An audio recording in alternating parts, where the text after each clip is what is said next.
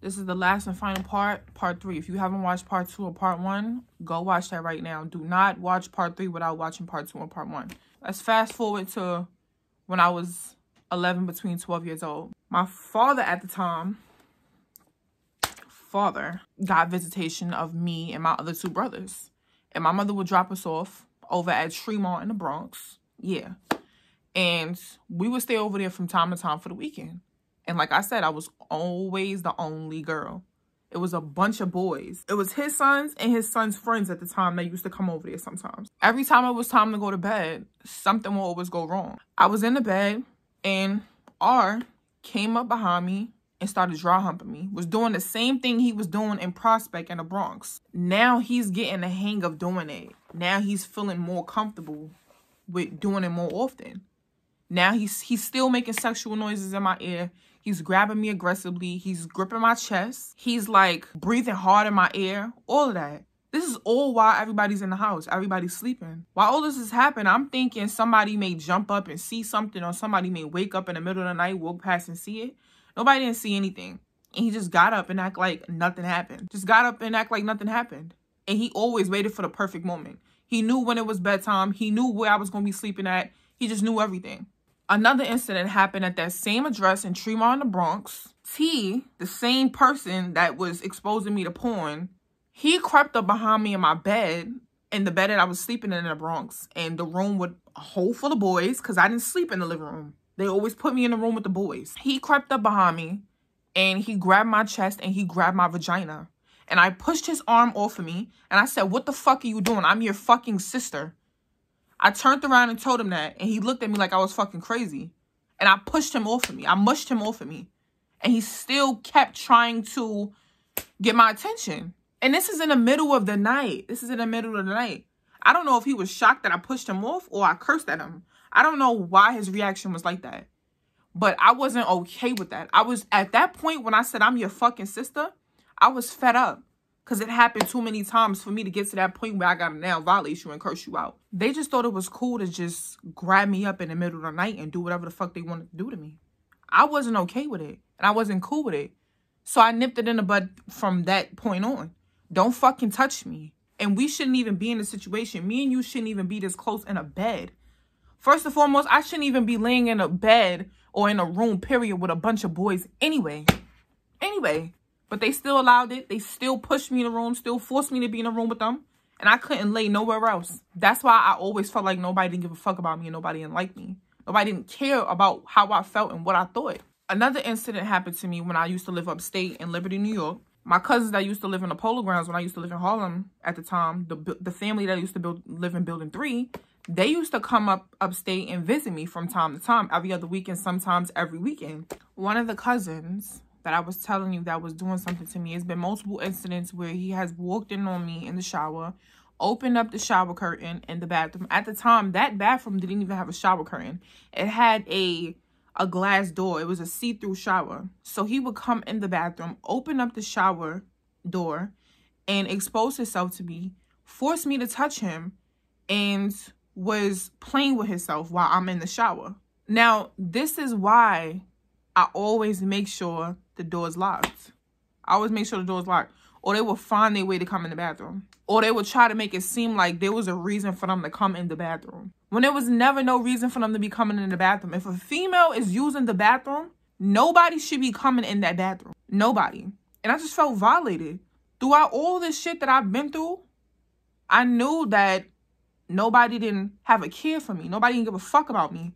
Nobody didn't care about me being a young girl and going through this shit by myself. Nobody should experience this shit at all. There was an incident when he crept in the bed at night with me, got on top of me, and tried to penetrate me. He was playing with my vagina, was grabbing on my chest and my butt aggressively, like hard, gripping, and it hurt. Everybody was literally doing it at nighttime, as if that was their perfect time to make me feel like I was bait. Like I was bait or some shit. Like I'm under attack. And this was a continuous thing.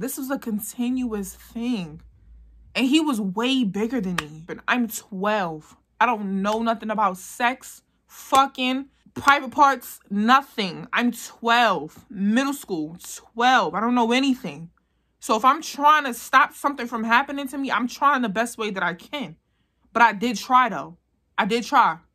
And they would just act like nothing happened. They would just walk away from the scene as if nothing happened. I swear on my everything. I swear to God. I got to the point where, like, this shit fucked me up more recently than it has fucked me up before. Because I didn't necessarily know what was going on. Because I'm young and I'm still a child. Like, I don't know what's being done to me. So now that I'm getting older, I'm now realizing the things that's being done to me. So now I'm like, damn, this shit is embarrassing. I gotta live with this shit for the rest of my life. There's nothing that could be changed, done. Nothing. Nothing. I have to live with this shit. I have to live with the fact that somebody did something to me without consent. Because this shit is considered incest and molestation as well. Because if you touching your siblings, you trying to have sexual intercourse with your siblings, that's incest. If you touching somebody younger than you, that's molestation. If you try to penetrate somebody, it's rape. And y'all should know better. Y'all was old enough to know right from wrong, because clearly y'all was older than me. One person was younger than me, but still, y'all knew better. And y'all should have never did that shit to me. Now I'm a whole different breed. I move on a whole different type of time. I'm not the old Riyma no more. I'm not. And nobody can't tell me how to speak. Nobody can't tell me how to feel. Because at the end of the day, niggas gon' people gon' judge me for who I am and what I do regardless. So if I'm taking pictures, however I choose, like, taking pictures on Instagram, that's because I feel like doing that. I've been wanting to do that. And I just felt so trapped throughout my whole childhood. I was being protected from the wrong things. The people that was in my lifespan throughout my whole entire childhood, I was supposed to be protected from those people. I was always protected from the shit that kids should actually experience. Parties, you know, having boyfriends, hanging out with their friends. I was being left out of those situations, but I had to be with the shit that was fucking me up mentally. I had to be with that. And I didn't want to be with that. I've been sheltered my whole entire life. But I've been sheltered with the people that's been fucking with my head the whole entire time. And a lot of people need to be held accountable, because if your child is telling you that she's uncomfortable, she's fucking uncomfortable. And you need to respect that. Because y'all adults think that, oh, if a kid is talking, if a kid is telling you how they feel, you shouldn't care about how they feel because they're a child and a child don't know what the fuck they talking about. Kids know what the fuck they talking about. Kids know what the fuck they talking about. So I've always said I was uncomfortable. But because I was so bougie and uppity and I lived in houses, y'all thought I was too good for y'all. That's not it. That's not it. And you can't bully me off of the type of lifestyle that I was living, because my mother chose to make sure that I had a good life and make sure I had a better life than she ever had. Y'all can't do that. And I was always bullied for that too. About the simple fact that I had a great upbringing. From 12 up until now, I had a great upbringing. A lot of my family members have been jealous of me my whole entire life. My whole entire life. And they always wanted to be in my circle. They always wanted to be in the presence of the type of lifestyle that I was living. Yes, I was always getting bullied. Every time I was left alone with the nigga that was playing my father, his sons, when they used to leave the apartment and go do food shopping and all of that, T, the boy that I told you that used to creep in the bed with me, he grabbed my vagina. Yes, he did. He actually got a brush. I don't know what kind of brush it was, but it had to have been a wave brush. And he used to beat my knees with the brush until I cried. And then when I used to always tell my father, he ignored it. He ignored it because he thought, oh, you know, siblings pick on each other all the time. It's a normal thing. And no, they was really torturing me. They was really torturing me. Just doing shit to intentionally break my spirit because I was the only girl. Once again, I'm my only mother's daughter. Come to find out, the three brothers, they're not even my real brothers biologically. Their father is not my biological real father.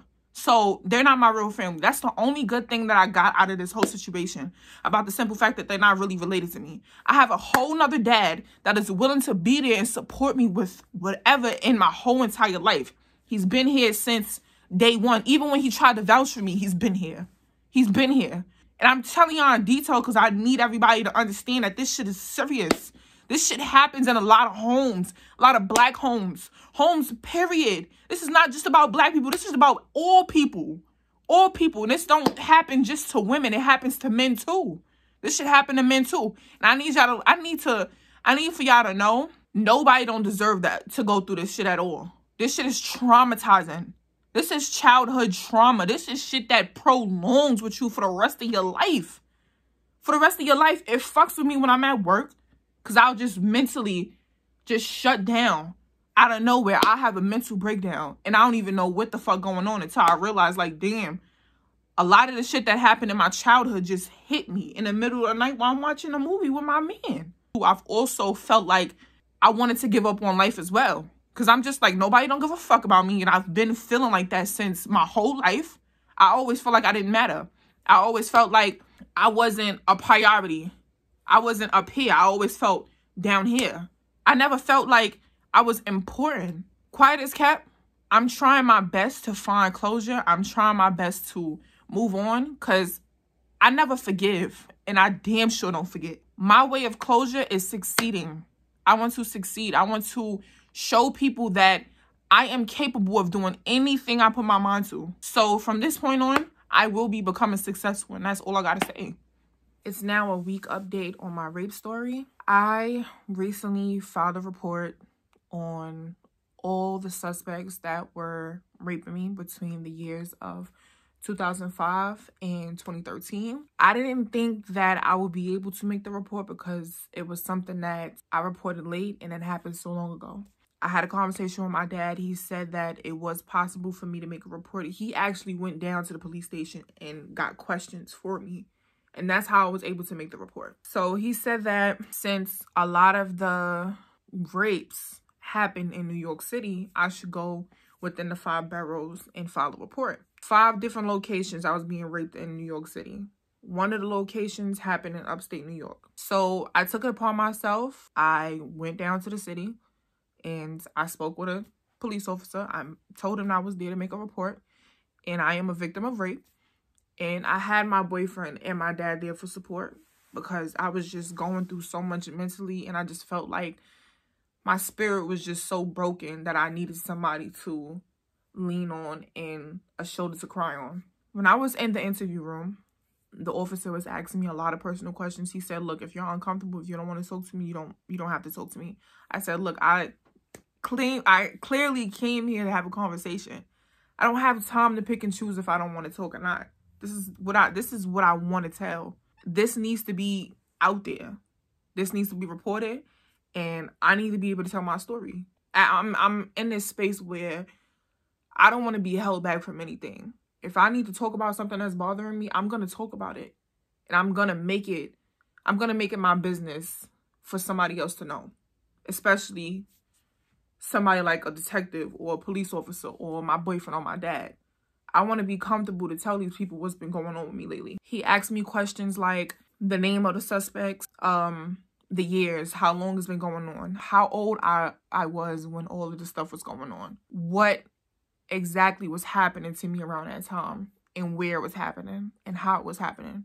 I explained every question to him, and I gave him every answer he needed. He then said he was going to speak to his supervisor. His supervisor told him to tell me that they was going to go further in with the case and give it to Special Victims Unit. The police officer that night called the detective, somebody that was going to investigate the whole entire case. He basically said, look, she can come in and make an appointment and have a conversation with me another time, or she can come tonight. I said, nah, I need to come right now. I told the cop to tell the detective that I am available to come right now. I'm coming right now. He gave me his name, his number, his address. Went over there, Simpson Avenue in the Bronx, because I was in Harlem by Amsterdam. I went over there. We had a conversation. He brought me into the interview room. Before that, he introduced himself to my dad and my boyfriend. And that's how, everything was being cordial. I then was being brought into the interview room. He asked me to tell my story again. I told him my story. That's when he heard names, he asked me to repeat and spell the names out correctly. I gave him all 6 suspects' names, first and last name. He asked me for locations of where I was being raped. I told him that. I didn't necessarily remember 4 locations. And because I didn't remember them, he asked me if I could text him or call him back and let him know if I would be able to find those locations and get the addresses for him, because he needed the addresses for, you know, evidence. He also asked me what was each person doing to me and which body parts they were touching. If there was any penetration or if they tried to penetrate me. I told him Jay tried to penetrate me. It was just too much going on. And I got super emotional because I had to retell that story, and it bothers me because it's like, damn, I feel mad embarrassed. It was just hitting different to the point where I can't take this no more. That whole time I was at the police station, and when I went to speak to the detective, my heart was in my ass. It felt like I had to shit on myself because I was so nervous, because like I didn't know what was going to happen from that point on. So he's like, I appreciate you for coming out and telling your story to me, and I appreciate listening, but what would you want to see happen? I said, I would love to see them arrested. If they can't get prosecuted, the most y'all could do is label them as sex offenders. That's the most you could do. Because from that point on, if you label as a sex offender, you can't get a job, you can't get into school, your dreams is crushed, you're done. You can't be around no kids. And if you do get prosecuted, if it's a misdemeanor or a felony, that's still stopping you from what you gotta do. Still stopping you. I want everybody to live their life miserable. I want everybody to go through some shit, because I've been through some shit. I've been miserable. I know what it's like to be miserable. I know what it's like to not have shit.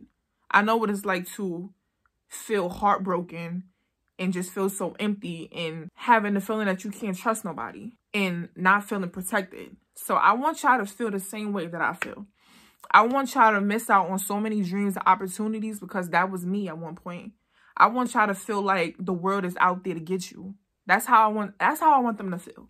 I want them to feel like there's no chance. Nothing could happen. Absolutely nothing. The possibilities is gone. The thought of you even getting a job or an internship, going to school, being around children, period. Even if you got your own motherfucking kids, fuck them kids. Because you ain't think about your motherfucking kids when you was fucking raping me and shit. You wasn't thinking about that. Yeah. So you can't get upset about something that's being put onto you as a punishment and not thinking about the shit that you was doing. Because you was mentally there. You knew right from wrong. So you knew better. So don't say that I fucked shit up for you when you fucked shit up for yourself. You opened that door. I didn't do shit to you. And a lot of the shit that I'm suffering from now, is because of y'all. Y'all put me in that position to make me feel like I gotta be afraid to be alone by myself. I gotta make sure every door is locked, window, everything. I gotta check my surroundings. I gotta make sure nobody touching me. That's just my thing. I've always felt like nobody should touch me. Now I'm just I just don't like the feeling of being touched. If I'm being touched without my permission, I'm gonna get mad. I just don't like it, because when I was being touched, it was a whole nother ball game. Even when you touch my shoulder, that shit get me tight. I just don't like it. And because of what I've been through, I have every right to feel that way. He said, look, I'm not saying that your case don't matter, but I've seen worse. I've seen people do some vigorous shit and they never got prosecuted and they was never labeled as a sex offender. I said, yeah, this shit ain't gonna go nowhere. I'm like, damn. I said, sir, please do the best that you can. Please try to get so much information. Like, I will even help you. So he said, okay, do me a favor. Find all their date of births and get the rest of the locations that you couldn't remember. I said, bet. Yesterday, okay? I spoke to this man yesterday. I gave him everything that he asked me to do. Date of births and old addresses. The old address that I was staying at the time when I was 4 years old, I didn't even remember because I was 4. But I went on the dark web, paid $2 and some change just to get all the personal information. I got everything that I needed and that detective needed. I got him everything that he asked for. And I got all that information. Date of births, addresses, everything. Okay? I was the detective myself. And just wait. I'm going to participate. If I want something to be done, if I want these people to be prosecuted, I got to help out. And that's what I wanted to do. He called me yesterday while I was at work. He said, look, hey, Riyma, how you doing? I just wanted to tell you that there's a 100% chance that there's nothing that the DA could do because the statutory is already out of its limit and, you know, it's kind of too late. I ain't gonna lie, I was disappointed because I'm just like, you know what? At least I tried. Now I can't see these people go through hell like how I went through hell. So that sucks. So I'm like, all right, whatever. So he's like, you know, I spoke to your mom. She said that, you know, you're trying to find some closure and you have people around you that you talk to from time to time and people that you could trust. You just have a new circle, a new surrounding. So I said, yeah, that's true. He said, look, I will try my best to see if I can get any other evidence. Matter of fact, send me those date of births and locations I told you to look for. If that helps with anything, I will make sure I will call you. But technically, from this point on, there's nothing that can be done. I said, look, I'm going to send you these date of births and I'm going to send you these locations right now. If there's anything extra that you find out new from the DA or anybody else, please keep in contact with me and just keep me posted. I need to know if there is a possibility. I tried so hard. And I was strong enough to even get up and get my ass out of my bed to go to this police station and make this report. Because I thought it was never going to be no hope. I just thought it wasn't going to be no hope. And it kind of sucks that the statutory is already out of its limit. Because even though you don't get prosecuted as being a rapist, you're still a rapist in my eyes. You're still a rapist. If anybody else that come around you in your circle, or if you just so happen to be around kids, I'm going to let it be known that you are a fucking rapist. You touch kids for a living and you try to fuck them. That's what you try to do. So don't think the niggas in your circle gonna try to cover you up. That's cool. But you're still labeled as a rapist though. And I know that for a fact. You're still a rapist. Nonetheless, I also want to thank my boyfriend because he makes me stronger as the day go by. He makes me feel protected all the time. And I never have to worry about anything when it comes to him. Literally nothing. So he's my full support system. Knowing that you have a dad and a boyfriend at the same time that's willing to go to war for you, like, that's the best feeling ever. So, like, I really do want to thank both of them for coming with me and supporting me during this whole process. I was nervous to find out the results, you know, what the DA was going to come up to. But it was just too late. And I really wanted to see them arrested. I truly wanted to see them in handcuffs. I just wanted to cause havoc. Because right now, I don't give a fuck about nobody's feelings. I don't give a fuck about nobody's kids. I don't give a fuck about nobody's parents because nobody can give a fuck about me. So I could give a fuck about what you and your family about to go through if your ass get locked up. I just don't give a fuck. I don't care. And I don't want to care. That's the problem. I just don't want to care. And that's the thing. People feel like you gotta feel sorry for them. I don't feel sorry for you. I'm never gonna feel sorry for anybody that like to play with kids, touch kids, fuck kids. It's never gonna be no type of love there. It's just never gonna be there. I don't respect nobody that do weird shit like that. And if you support anybody as a rapist, you're a fucking weirdo just as much as they're a weirdo. You're a weirdo. This situation has made me stronger than ever. Like, I'm a whole bull right now. I'm on a whole different type of time now. A whole different type of time. Nobody can say shit to me. Nobody can do shit to me. And nothing is never going to pop off because it's never going to happen. I'm just letting you know. And the reason why I got the attitude that I got right now is because I've been through some shit. So I know how it feels. I know how it feels to come out of character when you don't want to come out of character. I know how it feels. I'm going to give y'all the same energy y'all was giving me. Y'all ain't give a fuck about me, and I'm not going to give a fuck about y'all. Simple. And if anybody want to have any other problems other than this conversation right here, or me just, you know, talking directly into the camera, and if you feel a way about what I said, it's always on site. But at the end of the day, if you know these niggas, if you related to these niggas, if these niggas is your sons, cousins, brothers, fucking neighbors, best friends, they're fucking rapists. They're rapists. And if you support them, suck my dick. Suck my dick if you support them. That's how I feel at this point. Because I just don't give a fuck. I don't give a fuck about nobody's feelings, nobody's families, parents, kids, nothing. I don't care. I don't give a fuck because nobody give a fuck about me.